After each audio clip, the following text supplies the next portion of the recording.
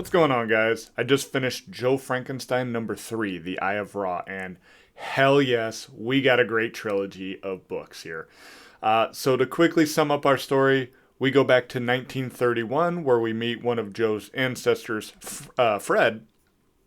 Now, he and Lazarus, or the monster, are out in Egypt looking for the Eye of Ra, and all hell then breaks loose once they've located it. Because, spoiler alert, they do locate it. That is kind of the point of this book.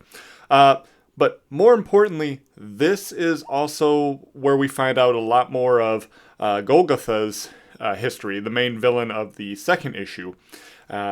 We get a lot more information on him, and I gotta say, he's a very, very, very, very interesting character. But then at the very end, I'm not going to spoil too much, but we see that Lazarus is actually explaining this to a very interesting audience. And that is all I'm going to say, and that's where I'll leave it for now. So I have zero criticisms off my first read through. I was really digging into it. So I'm sure there's something to criticize, but after my first read through, I got nothing. And I've found that with a lot of Graham Nolan's books, at least with the Joe Frankenstein series, they tend to just be a little nitpicky. So we'll come through and see what I can find later on.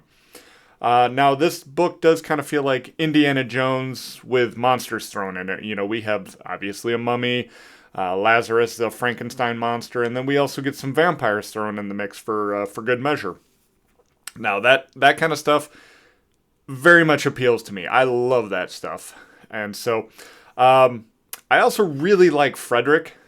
I'm kind of hoping that we get a little bit more in the series as time goes on, with him and Lazarus as well. Because obviously I know he dies either by natural causes or, some tragic event somewhere down the line, because Joe is the last Frankenstein. But I would like to see more going forward, and I think we're getting set up for some more adventures with him. So I can't wait to get more of this.